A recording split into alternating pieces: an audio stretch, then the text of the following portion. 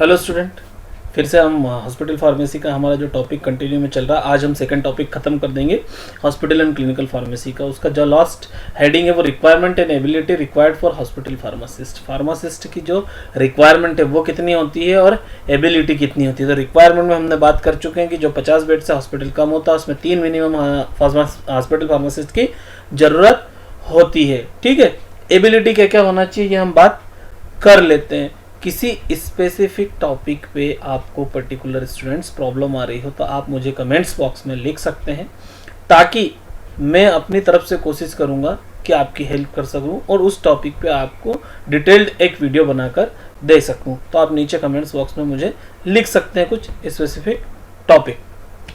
ठीक है, requirement and ability क्या होता है। Hospital pharmacy is an important department of any hospital. It should have competent person well trained in the profession of pharmacy. Hospitals mainly depends upon the services depended upon the services of diploma holders in pharmacy. मतलब क्या हो गया, सबसे important part होता है competent person होना चाहिए जिसको अच्छा नॉलेज हो फार्मेसी प्रोफेशन का। इसमें कौन लोग को जॉब मिलती है, सबसे ज्यादा मैक्सिमम डी फार्मा को। The head of pharmaceutical department क्या होगा, फार्मेसी डिपार्टमेंट का हेड कौन होगा, मास्टर इन फार्मेसी यानी एमफार्म किया हुआ। जनरली उस व्यक्ति को प्रेफर करते हैं जो फार्मास्यूटिक्स, फार्माकोलॉजी या फिर हॉस्पिटल फार्मेसी में एमफार्म किया हुआ हो। He act as a coordinator for the pharmacy और non pharmacy staff in the hospital. ये बात हम पहले भी हमारे पहले वीडियो में भी कर चुके हैं कि क्या एबिलिटी, क्या फंक्शन है हॉस्पिटल फार्मासिस्ट के। मतलब वो क्या होता है, कोऑर्डिनेटर का काम करता है किसके बीच में, फार्मेसी और नॉन फार्मेसी स्टाफ के बीच में हॉस्पिटल फार्मासिस्ट कोऑर्डिनेटर का काम करता है। He reports to the administrator and interact with the other medical department. जो एडमिनिस्ट्रेटर अपॉइंट किया जाता है हॉस्पिटल कमेटी की, जो हॉस्पिटल की कमेटी होती है उसके द्वारा जो एडमिनिस्ट्रेटर अपॉइंट किया जाता है उसको वो रिपोर्ट करता है। और साथ ही साथ वो किससे इंटरेक्ट करता है, मेडिकल डिपार्टमेंट्स, अलग नर्सिंग डिपार्टमेंट, इन सब डिपार्टमेंट्स, पैरामेडिकल डिपार्टमेंट्स, इनसे इंटरेक्ट करता है। Responsibility of hospital pharmacist. यहाँ पर रिस्पॉन्सिबिलिटी की बात समझने के पहले हमको एक समझना पड़ेगा हाथी कमेटी क्या है। Hathi committee has recommended that IV fluid manufacturing should be done under the supervision of M pharm assisted by B pharm, M pharm, D pharm holders.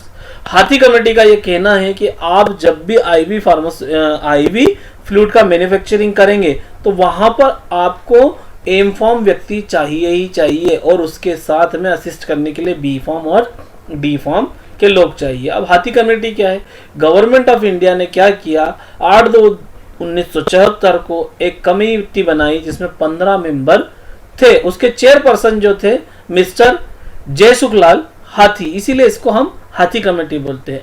इसके बाद बहुत सारी मीटिंग्स और सब चीजें हुई, रिपोर्ट्स हुई, लेकिन अभी हम इसको इसीलिए हाथी कमेटी बोलते हैं।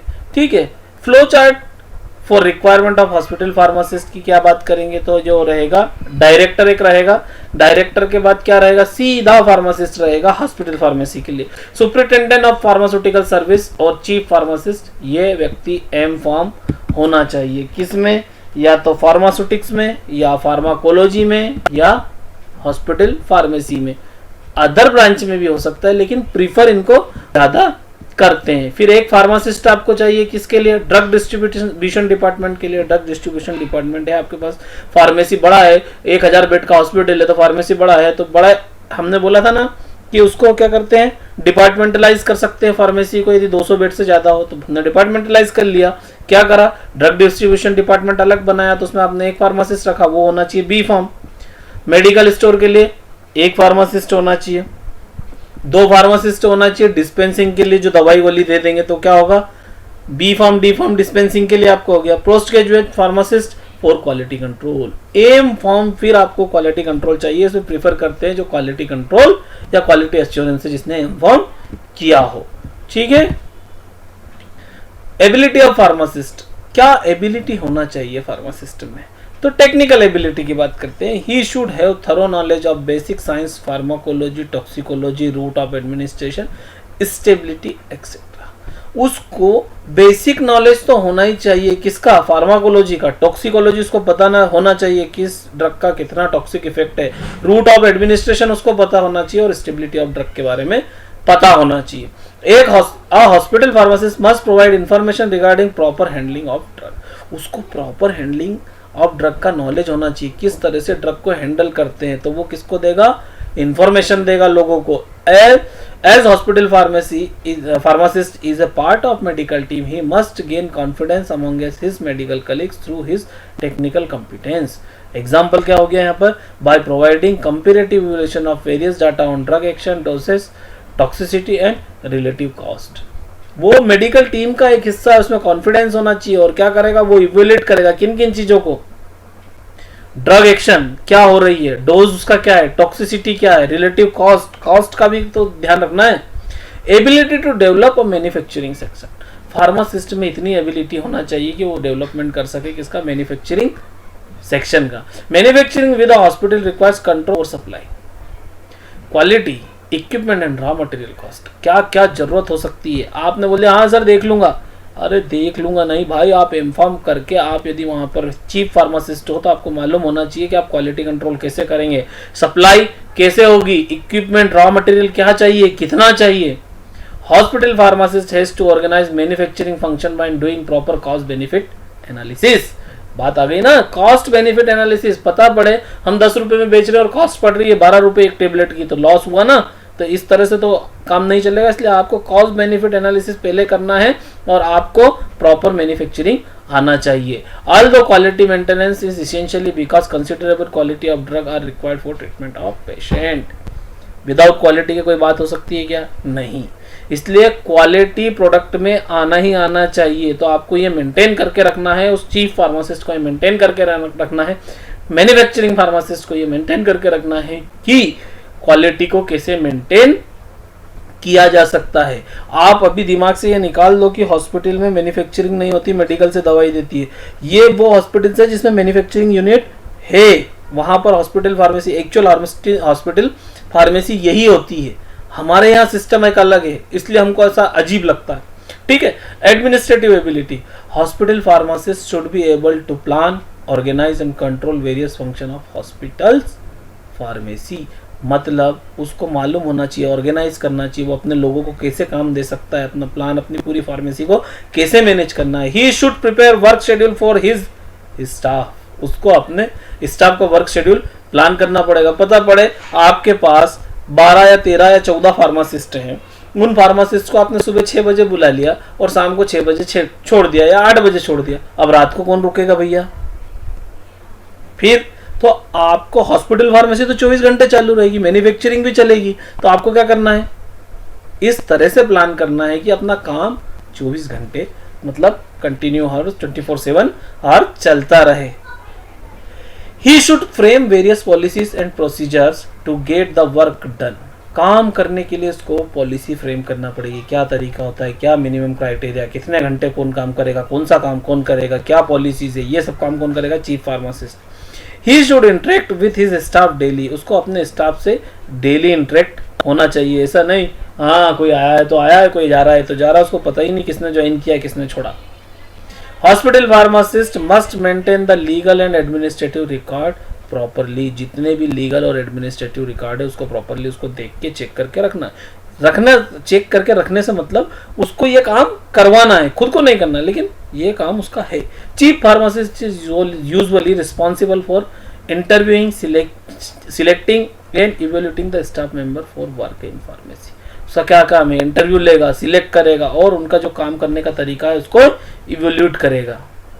एबिलिटी टू कंट्रोल इन्वेंट्री, ये सबसे मुख्य पार्ट आता है, आपको क्वालिटी के साथ इन्वेंट्री मेंटेन करना है क्योंकि पैसा फंसा के नहीं रखना है। Chief pharmacist has to exercise his duty on inventories of drug which are lying at nursing station, supply rooms and clinical unit ETC। अब ये बहुत मुद्दे की बात होती है, बोले साहब मेरे पास तो स्टोर में इतना है, मैंने 10 बॉक्स बुलाए थे, 7 बॉक्स इशू कर दिए, अब मैंने वापस 10 बॉक्स बुला लिए, क्यों भैया।